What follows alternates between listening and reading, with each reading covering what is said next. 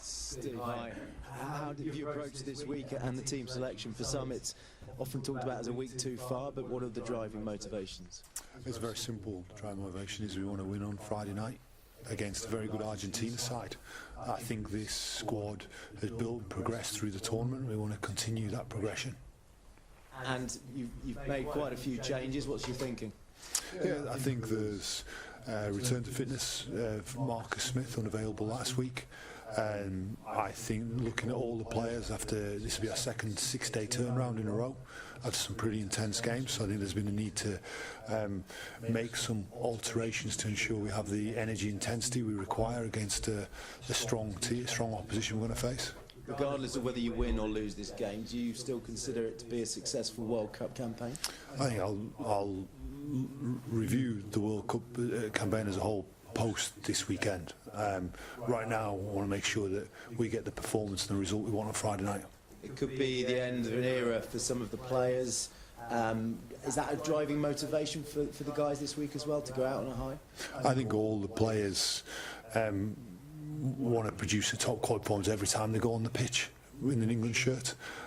It's quite right to say that there's a couple of players that not going to be with the England team going forward, and they've already come out publicly and said that. And I think that clearly we want to make sure that this is our last game as a team for a period. I want to make sure that it is a performance that's fitting of what we think we've started to build and progress over these last few weeks. Have any other players come to you and said, this will be my last game for England, or my last week with England? No. Can I just get a word on Ben Youngs and his contribution through the years, 13 years, 120 odd caps? Obviously a man you know very well. Yeah, Ben has been a tremendous player for English rugby for such a long time. Our record cap holder, test appearances, a player who has seen a lot, been 4 World Cups, and I think has played an important role today within this squad. This World Cup on helping, particularly Alex Mitchell, helping the team progress through this tournament. So I think a guy who's a brilliant player and a fantastic team man. And how is Tom Curry coping with all the noise that's going on around him? Yeah, from my point of view, Tom Curry has been, his preparation this week, he's been the ultimate professional. He always is, every single day, every single week. That's my view on Tom. Yeah, I can come in on that as well. Just from personally, as Steve's already said, he's been first class, like he always is this week. But what isn't understandable is the amount of abuse he's got.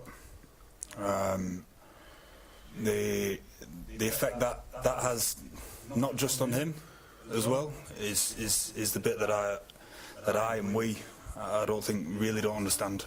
And I know it seems to be going more and more like this, but it shouldn't be. It shouldn't be. Steve? I think we're going to be real clear. This is not. It's right you to ask about Tom Curry. This is not a Tom Curry incident. Somebody has said something in a game that he has reported, and he's getting on with preparing. Now, this is a World Rugby and SA Rugby matter to be dealing with, not an England Rugby, not a Tom Curry matter. This is SA Rugby, a World Rugby matter now. Would it help you if World Rugby owned this and were a bit more transparent? You understand? We've said, I want to say on the matter, this is there to deal with. We've got a game Friday night which we're looking forward to, and Tom Curry's looking forward to, and every one of the England squad, players, management, we're all looking forward to. Finally then, just Owen, your motivations for this game, as I mentioned, the end of the road for a few players, is that something you've discussed this week? Well, we've got plenty of motivation. Everywhere you look, it seems like we have. So, as Steve has said, we're looking forward to this game, and it should be a good one. We want to make sure we do the England fans proud again, hopefully. So, yeah, we're looking forward to it. Hi guys. Just on the Tom Curry abuse side of things, Owen, you said obviously you don't understand why it comes to that. I completely understand where you're coming from. Can you just talk a bit more about the effect that does have on coaches and players? I suppose the way social media is, sort of almost impossible to ignore. It gets raised, doesn't it? But it's also something that no one should have to deal with for obvious reasons. Yeah, well, we've kind of just said our bit there, and there's not really too much to say other than you're dealing with people, you're dealing with human beings, and just because you're saying stuff on your phone or behind a computer screen doesn't make it acceptable. And yeah, I think as I said just before, that it seems to be going more and more like this way, and I don't think it's acceptable. And Steve, you said he's the ultimate professional, the strength of his character to continue to be that when there is this going on, which is obviously outside of your camp, but it is there, isn't it? That probably just underlines again why he's such a important figure and player in your squad. Yeah, certainly, and all I can do is echo Owen's words. The captain of the England rugby team's just put it, I think, really, really well. Can I ask about Courtney Laws? Obviously, he said to us after the semi-final that he will retire from Test rugby after the World Cup, and can you just explain his impact on this group and his impact on English rugby across the course of his long career? I think this week, as we've debriefed last weekend's game, and we're using clips of Courtney, of things done so well, things exactly what he wanted to do. Courtney, the way he moves, the way he runs, the way he hunts for every loose ball, he chases down attackers, pulls them back in when he seems like he has no right to do it, but Courtney manages to do it somehow. And that hunger and fight that he has within him, the pride to help his team is what I saw years ago when he first joined the England team a long time ago, and I've seen it right till to last weekend's game. He's been tremendous and continues to be tremendous in the way he helping the team this week.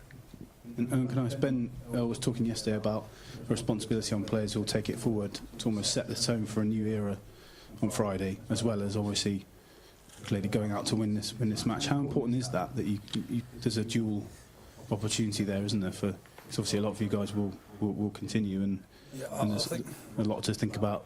Obviously, it's not immediately the ambition, is it? But there's a lot to come moving on. Yeah, I think that responsibility that you're talking about there is always there. Every single time you play for England, and I've always remembered it as being that, and I think it always will be.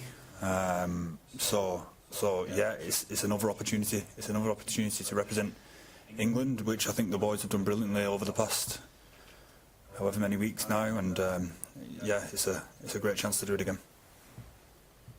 I mean, you said you're not short on motivation this week. I'm just interested in how you've managed to turn the pain of last weekend into something that will drive you.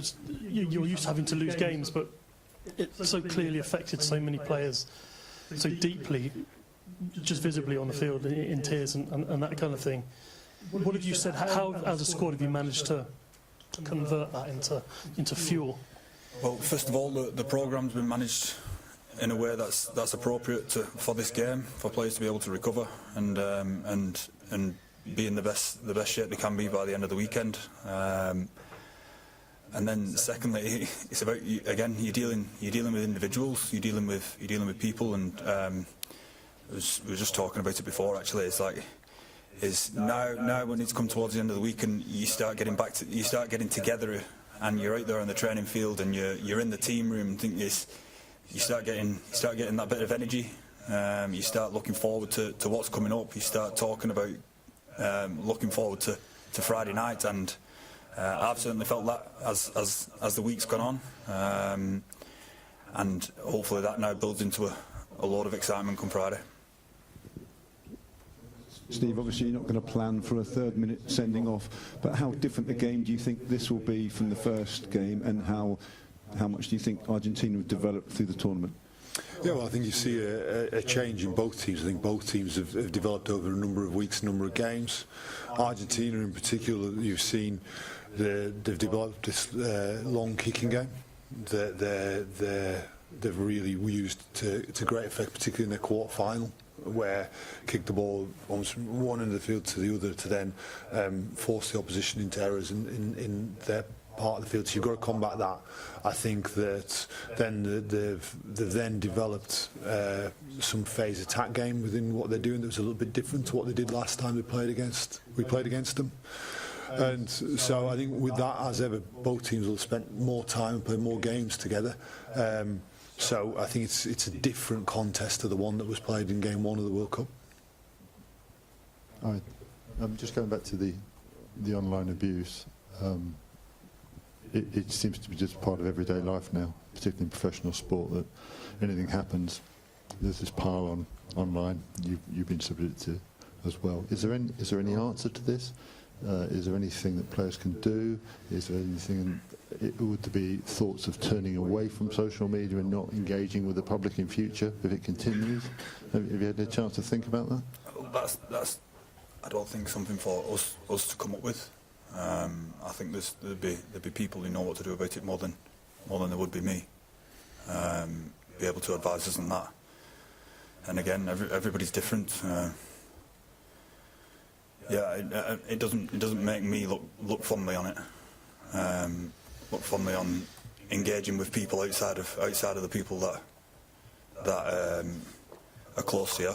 It doesn't make me look fondly on doing that, no. I guess a little bit of a follow-up to that, Stephen, in terms of how Tom is this week, and I guess the easy option might have been not to pick him, or he would have asked to stand down, give him the spotlight. And I know this is not an England rugby thing, but was that ever a consideration? And I suppose secondly, how is he coping with it? And is he getting has he had to get extra support maybe from yourself, or someone who's been through this sort of experience? So if I deal with the first part, the question about the performance side, and perhaps you might want to pick up how other aspects of it. I chatted to Tom early in the week, and it was very much around how he's physically, because the way Tom plays, and we all see it, he has more involvement than any other player on the pitch. And their physical power of powerful involvements. And I think everybody saw he came off that pitch when I took him off on Saturday night, and he was caught and blooded, and it's exactly the way Tom Curry plays. So I chatted to him and about how he was physically and energy levels. It's another 6-day turnaround, and he looked straight at me and point blank said, "I am desperate to play on Friday night. This is a guy who wants to play." And I said, right, there's no doubt in my mind. This guy wants to be out there on Friday night, and the way he's prepared himself through the week has been incredible, superb, and not special. That's Tom Curry. He is the way he does it every single week. So I couldn't be more proud of him from that side. Yeah, similar from a personal point of view is one of the most honest, most hard-working blokes that I've ever played with. And in terms of what you said about getting support, I guess I hope he knows that everybody close to him supports him and backs him all the way, and I'm sure he does. I'm sure the people that are close to him, I hope they know that he's being supported really well as well. And I guess, is there, I don't know if there's any danger that this affects the performance or the mental approach of the side. Is there an extra motivation for, I don't know, if it has any impact at all about how the team is mentally going into the game? I think I'd reinforce Owen's words. This team's got lots of motivation, and so from all internally, the motivation. And I'll say, Owen said we want to make sure we do the fans proud again this weekend. I think the way this team has gone about, the way it thinks in high pressure moments, I think we've seen evidence of development of that through this tournament. You've seen the team being in some tough spots, and you mentioned the early red card, I think was mentioned. We've seen the team down on the scoreboard, team and finding a way back. We've seen have been in the lead and then that lead get clawed back, and the team has responded in a real calm, clinical manner. So I think from the way the team thinks, I think we've seen a lot of development there. Just finally from me, in terms of how getting over the pain of the defeat last weekend and maybe looking forward now to the Six Nations isn't going to be far away. Like, where have you got to emotionally with? Can you wait? Can you not wait for January, or is this the next stage, or is this about finishing this journey? I think as the same as, and you might want to give your thoughts. I was the same as a player when you had a defeat, especially on the nature of Saturday night. Is if you could run back out there and play straight away, that's what I'd do. And the same as a coach, I want to be in the next game. And I talked about why I made some of the changes around the 2 6-day turnarounds. We'd rather be in the game on Saturday night, not Friday night, but we're in Friday night, so we're straight into that contest. I'm excited about the development this team has made. I'm excited about the way the team has dealt with some tough situations. Really proud of the growth that the players have made as a group. And I can't wait for Friday night. And then post-Friday, I'll then have a proper debrief of everything and make sure there's a proper plan for the next period.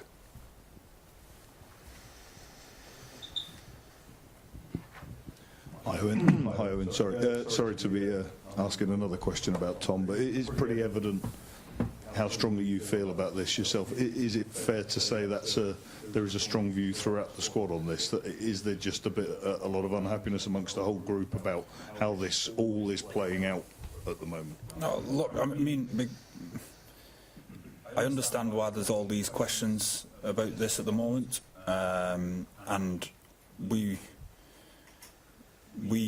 wanted, I guess, people to know our support of Tom, but it's not something that we've been talking about constantly. As Steve's talked about with Tom himself, he wants to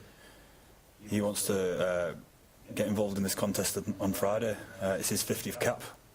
It's something that it's an unbelievably proud week for him, and it's going to be the same for a couple of others as well. Obviously Ben's last game as well. So we want to make sure that this week is about doing them proud. This week, as we said, we want to play. We want to represent the shirt properly. We want to make sure we make the fans proud again, hopefully. And as I said, we've got motivation all over, and that's the sort of stuff we've been looking forward to. And can I just ask, when you talk about support from yourself or widely amongst the squad, what does support look like? Is it more conversations, or anything in particular, or is it actually going the other way and trying to create a sense of normality despite noise going on? There's always a sense of normality within a rugby team. If they bring you back down to earth if there's not pretty quickly normally. So there's always that here, and I'm sure he's around a lot of his mates, and as I said, people do that in their own different ways. People support in different ways also, but I hope I hope the people around him and he knows that this team backs him all the way. Steve, rugby's been criticised for quite a few years for not being exciting, for being boring. This tournament we've seen some absolutely spectacular games, one of which your team took part in on the weekend. Are you detached enough to work out whether the game has become a little bit freer and people have had more options with the ball in hand and in attack during the tournament? Yeah, so clearly you're right. My focus is upon the team, but I love rugby, and I want this to be this World Cup to be an incredible spectacle of rugby, to celebrate our great sport. Now, I think there's been some really encouraging developments within the game, and one I'd pay particular attention to is the gap between Tier 1 and Tier 2 and how that's closed, and how many of the games you've talked about are actually involving Tier 2 teams. We experienced it ourselves in our game against Fiji in particular, and you'd also talk about our game against Samoa. Those guys are have got world-class players in their team, and we've had very tight, enthralling encounters. I think the supporters have said to me, and neutrals have said to me. From a coach's point of view, it was a bit too close for comfort. I also enjoyed watching a lot of the other games, the way Portugal have come and played. I think you see a tournament that's been a bit different to previous World Cups, and I think Friday night's going to be an interesting game, as is Saturday night. Thank you.